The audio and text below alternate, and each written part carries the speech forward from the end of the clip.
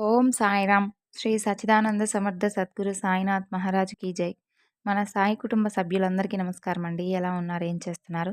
మీ అందరూ కూడా సంతోషంగా, క్షేమంగా, ఆరోగ్యంగా ఉండాలని, సాయినాథుని యొక్క ఆశీస్సులు మనపై ఎప్పుడూ ఉండాలని మనస్ఫూర్తిగా ఆ సాయిని వేడుకుంటూ ఈరోజు వీడియోని మొదలు పెడుతున్నాను.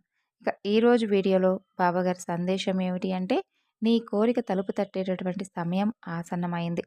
అదృష్టం ఉంటేనే ఈ సాయి మాటలను నువ్వు ఆలకించగలవు.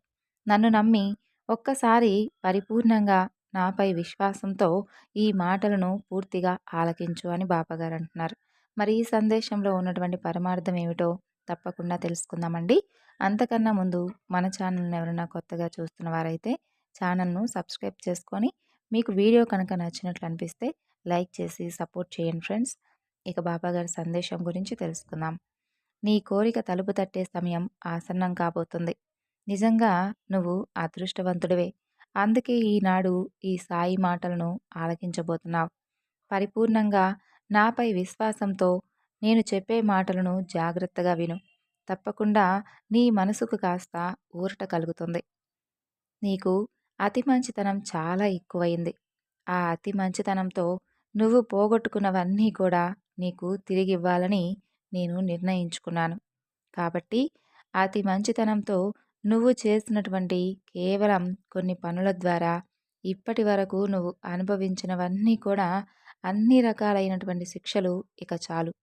నువ్వు చేసిన పనికి నువ్వే కాదు, ఇప్పుడు చూడు, నీతో పాటు నీ కుటుంబం అంతా ఎంత బాధపడుతున్నారో, ఎంత శిక్షను అనుభవిస్తూ ఉంటున్నారో నువ్వే చూస్తున్నావుగా. సరిగ్గా మీరు అనుకుంటున్నటువంటి గొప్ప గమ్యాన్ని చేరుకునే సమయం అది.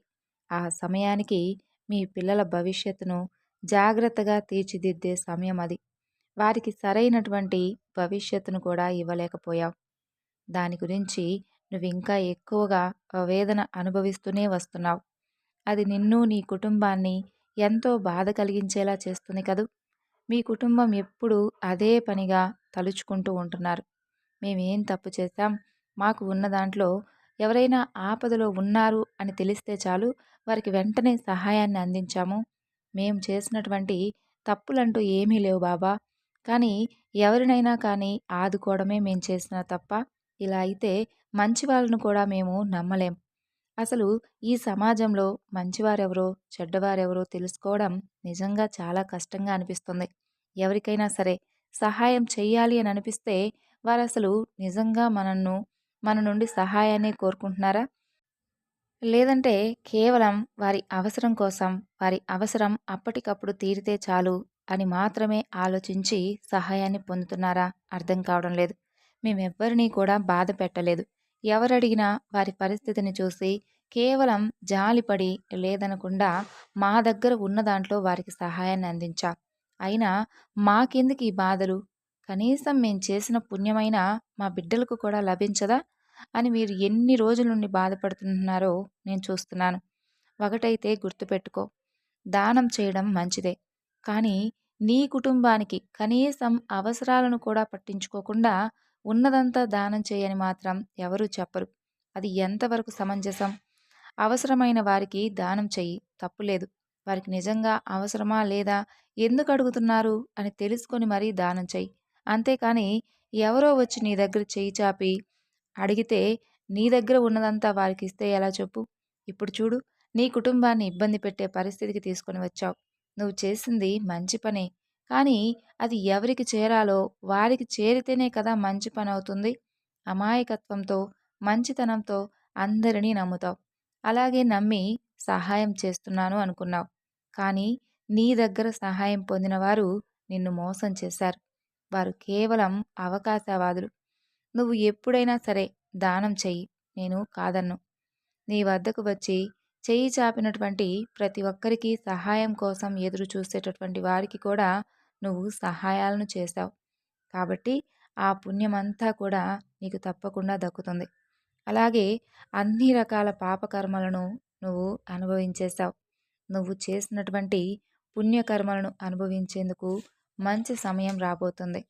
ఇక నీ పిల్లల భవిష్యత్ గురించి ఎలాంటి భయమూ అవసరం లేదు.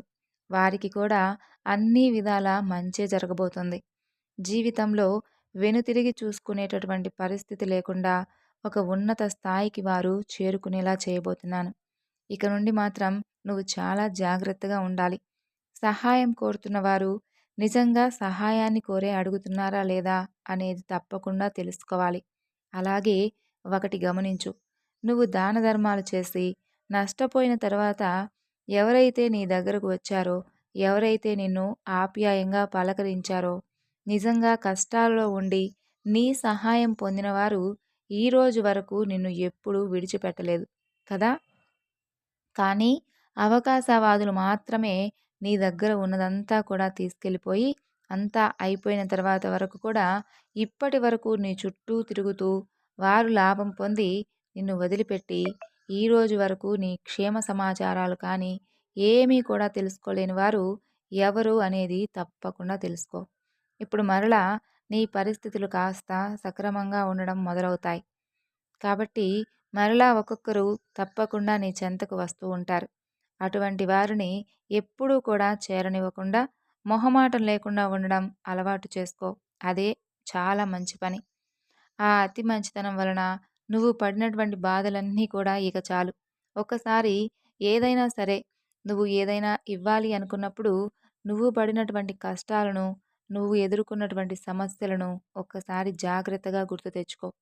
వాటిని గుర్తు చేసుకున్నప్పుడు నీకే తప్పకుండా బోధపడుతుంది. ఇక జీవితంలో ఏనాడు కూడా నీకు ఎలాంటి కష్టము రాకుండా నేను చూసుకుంటాను. నీ బిడ్డల ఉన్నతమైనటువంటి భవిష్యత్తును చూసి నువ్వు, నీ కుటుంబం ఎంతో సంతోషించేటటువంటి రోజులు రాబోతున్నాయి. అలాగే నీ కోరిక తలుపు తట్టేటటువంటి సమయం ఆసన్నమైంది. నువ్వు నిజంగానే అదృష్టవంతుడివి. ఎందుకంటే నీ మనసు బంగారం. కాబట్టే ఈ బాబాకు నువ్వంటే ఎంతో ఇష్టం. నువ్వు పోగొట్టుకున్నవన్నీ కూడా తప్పకుండా తిరిగి పొందుతావు. నేను నీకు హామీ ఇస్తున్నానుగా. నువ్వు ఎంతో అయోమయ పరిస్థితిలో ఉన్నావు. అలాగే ఏమీ అర్థం కాక నువ్వు, నీ కుటుంబం ఎంతో నిరాశలో ఉన్నారు. కాబట్టే మీకు తప్పకుండా ధైర్యాన్ని కల్పించాలి అనే ఉద్దేశంతో ఈ సందేశాన్ని నీ వరకు వచ్చేలా చేశాను. కష్ట సమయాన్ని సమర్థవంతంగా ఎదుర్కొన్నవాడే జీవితంలో తప్పకుండా గెలుపుబాట పడతాడు. నువ్వు అదే చేశావు. కాబట్టే నీవు నాకు అత్యంత ప్రియభక్తుడివయ్యావు. నాపై నీకున్నటువంటి భక్తి విశ్వాసాలు, నమ్మకమే ఈరోజు నిన్ను దృఢంగా, ధైర్యంగా నిలబడగలిగేలా చేయబోతున్నాయి.